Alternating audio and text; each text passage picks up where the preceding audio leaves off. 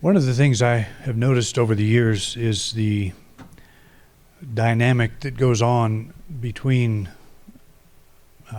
all of us and the things we read and hear about, the things we feel like we're supposed to do in order to demonstrate that we're making progress on the spiritual path. And one of the things that comes up frequently is the idea of forgiveness. I am supposed to be a forgiving person. And if I don't feel so forgiving sometimes, I question my own spiritual integrity. And I'll work on it. And one thing that I think we have to be aware of, and we can start today, is forget everything that you think you should be doing as a spiritual being. Forget everything you've been told and figure out for yourself whether or not it's right, whether or not it's true. And if forgiveness is something that we should be doing because Jesus said it or because somebody said it, why? Why should we be doing this? What is the spiritual principle behind forgiveness? Exactly what is it? And that's what we're going to look at today, which you may wonder, why is there a bag connected to this talk? And I'll get to that in just a moment. I really like what Peter Russell says in his book, From Science to God. He is a physicist that is also very much on the Eastern path and is a pretty enlightened being. Made himself known some years ago with The Global Mind, I think was the name of the book, something like that, about the advent of the computer age and how we're all going to be connected and all that. And he says now that's no longer valid. We're all connected, but we're not any more evolved. So we just know we're not evolved now because we all communicate with each other. But the internet is not a solution to raising human consciousness. And that's another myth that we think has to happen before we can experience, the peace that we're seeking. We don't have to wait for our neighbor. We don't have to wait for the rest of the world to tap into omnipresence. We've never been separate from God, never will be, can't be, except in our thinking. And so a lot of the things that we accept because they are popular, because they've been embraced by so many people, we're riding on a bandwagon that we don't necessarily understand. And that's part of the spiritual journey, is responsibility, self-responsibility. Understand why it is you are supposed to do something. If I'm supposed to be forgiving, why is that? So Peter Russell points out that the conventional understanding of forgiveness, the one that probably most of us carry, is of an absolution or pardon. I know you did wrong, but I'll overlook it this time. That's kind of the attitude that we are not supposed to hold grudges or bad feelings toward another person. He says, but the original meaning of forgiveness is very different. The ancient Greek word for forgiveness is aphesis, I think is how you say it, meaning to let go. So that's a very different meaning from the idea of you've done me wrong and I'm going to muster the strength to forgive you for doing that. To let go takes a very different approach. And it takes a different approach because the only experience you can have with another person is actually not with that person.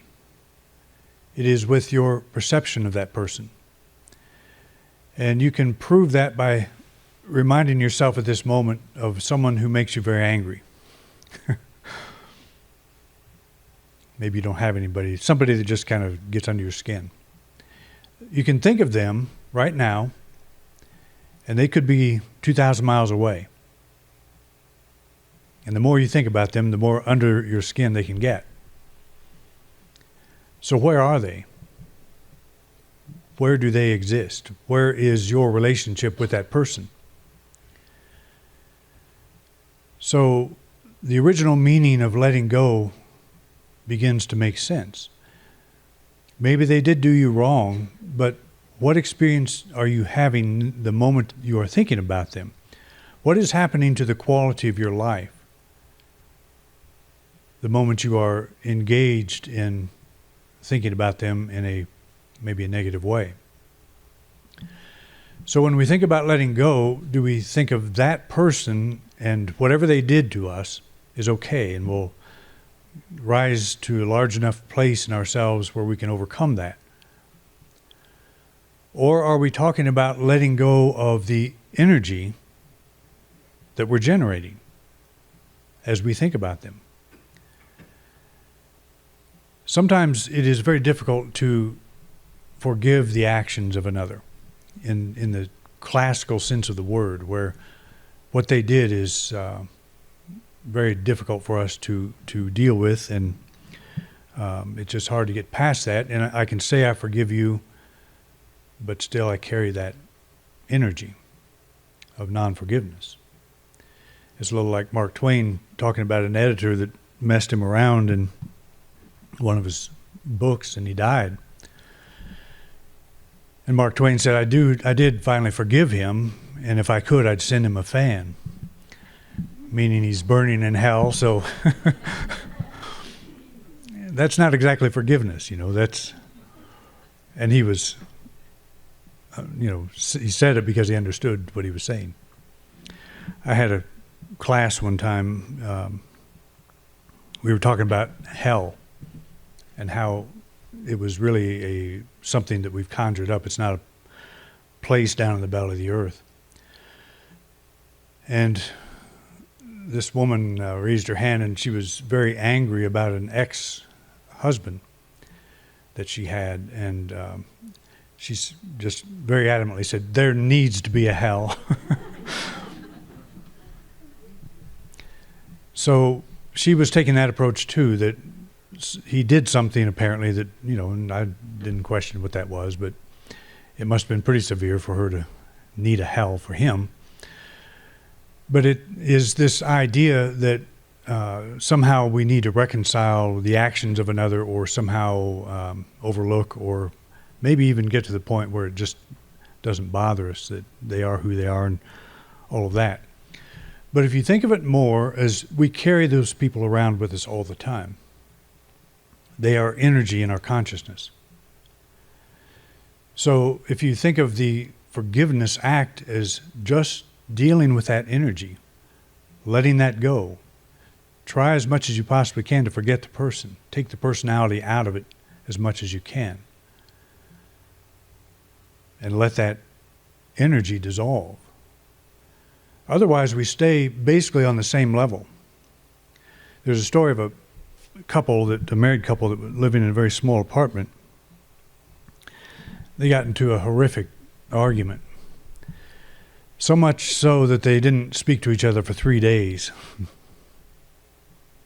Some of you know that drill, I'm sure. Well, the man remembered he had a business trip. He had to catch a plane at like 7 a.m. And he depended always on his wife to wake him up. But they weren't speaking to each other. So he had a problem. So he thought about it for a while, and how am I going to get her to do this without talking to her? So he wrote a note. Important meeting tomorrow. Wake me up at 5. He laid the note on her pillow. He went to bed. He was totally peaceful because he solved his problem. So he wakes up the next morning. It's 8. He freaks out. He can hear her singing in the bathroom. He starts to tear out of bed, and he looks on his nightstand, and there's a note. It says, it's 5 o'clock, time to get up.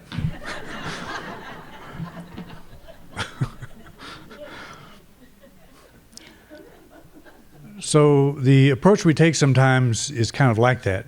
It doesn't really resolve anything. We're operating on the same level. When we're trying our hardest to forgive.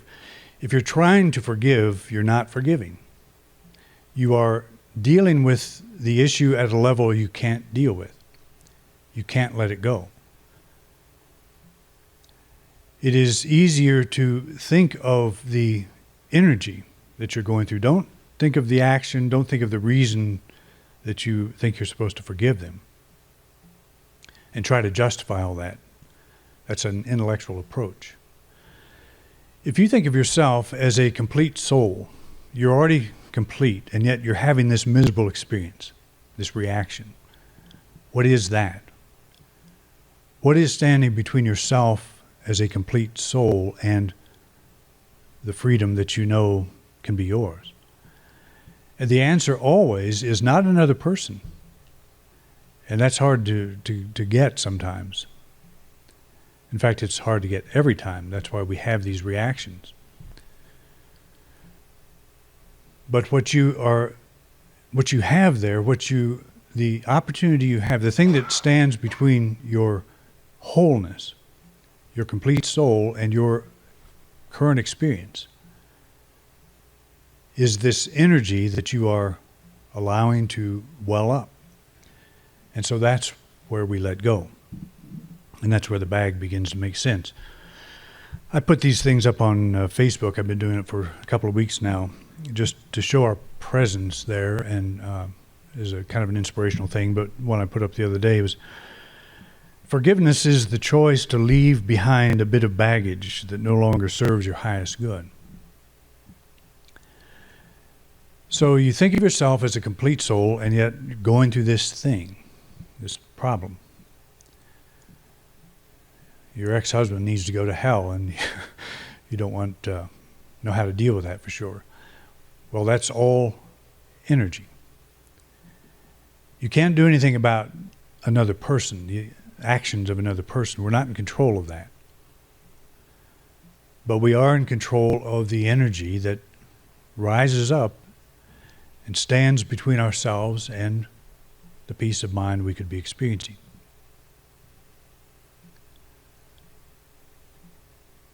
We can do something about that, and that's forgiveness. That is letting go.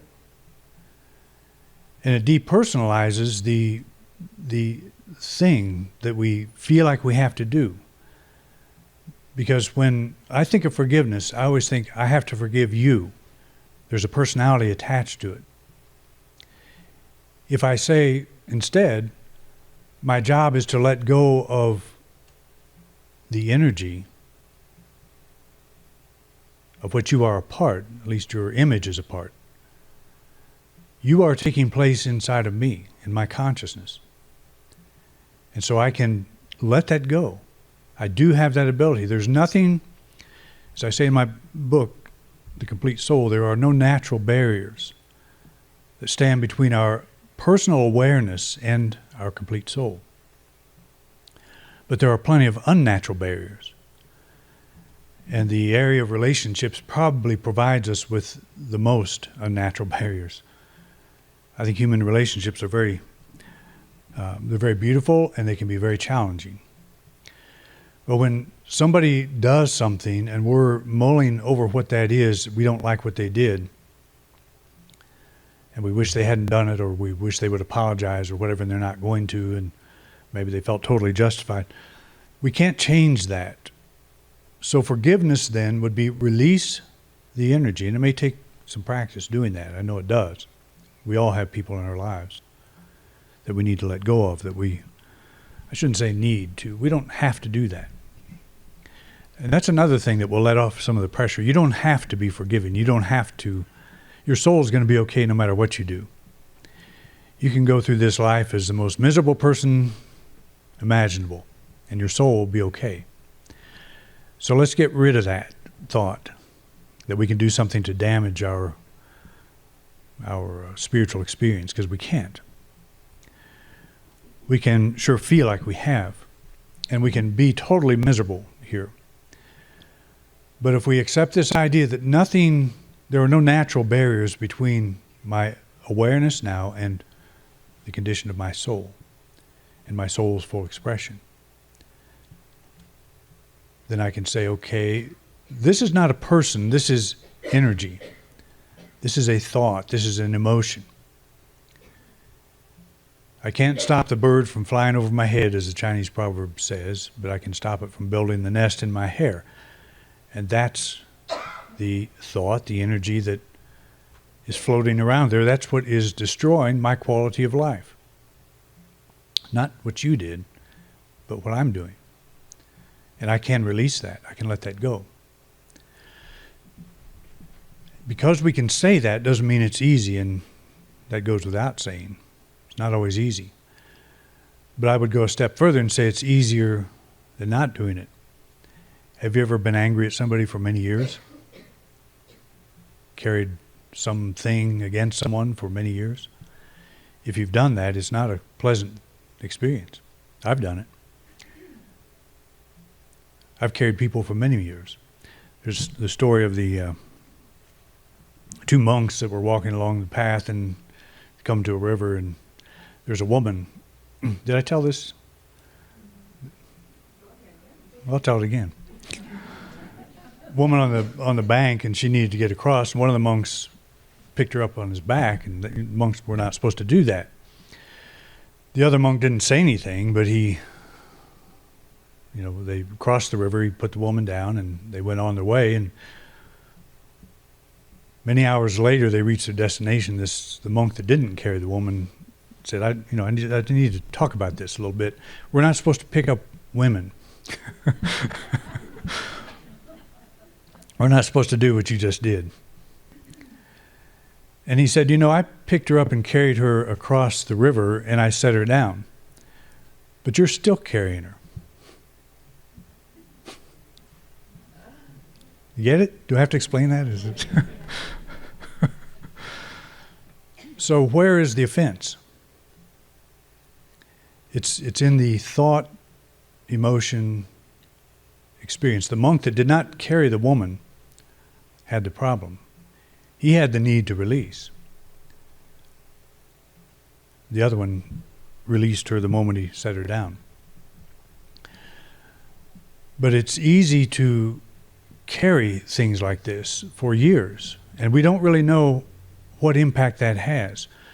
But let's not deal with that because we're supposed to or because we have to. Let's deal with it because we understand why.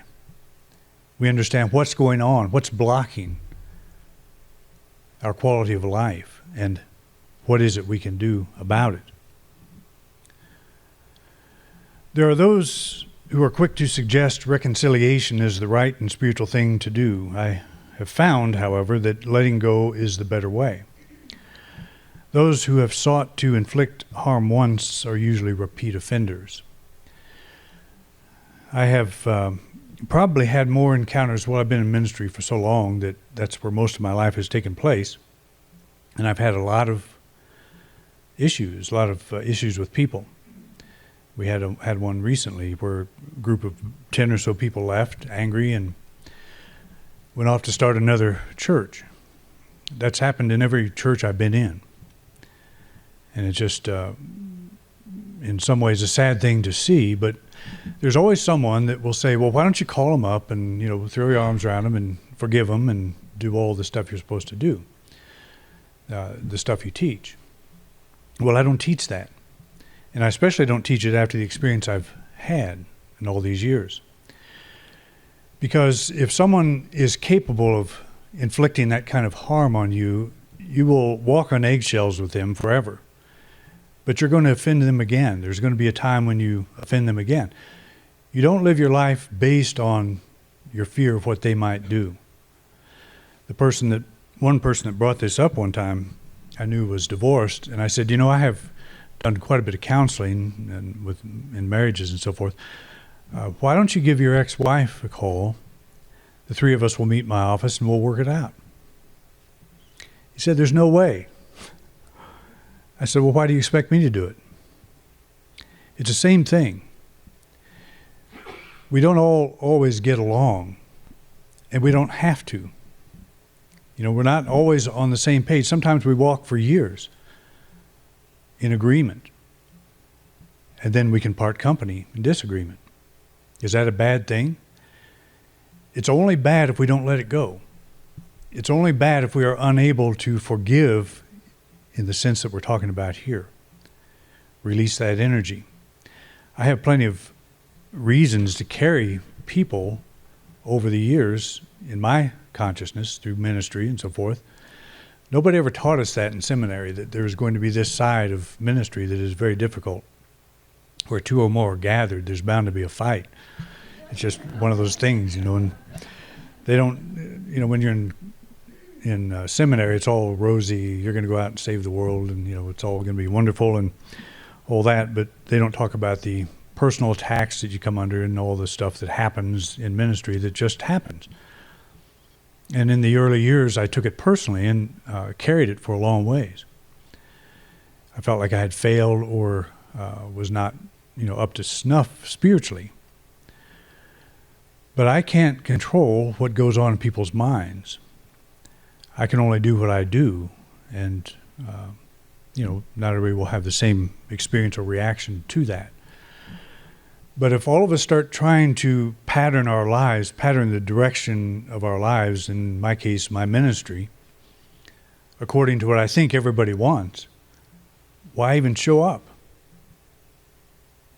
Why even try to do something like this? There's plenty of other places they can go to get what they want. And that's one of the great things about the internet and all the various options we have today. If you don't like it here, you'll like it over there maybe. But what I do find is if you're unhappy here, you'll probably be unhappy there. And that's the other aspect of forgiveness, is it's letting go of that energy that says, this place is not good enough. This experience is not good enough. Good enough for what? Is it preventing me from experiencing God? Or am I preventing me from experiencing God? That's the spiritual path. To answer that question, put it on myself, that's what this is all about. We don't have the power to control the rest of the world. And if we did, it would be probably a bigger mess than it is now. It's like Myrtle Fillmore said about the weather. Someday somebody's going to, we're going to be able to control the weather, but I sure feel sorry for the person who's in charge of it.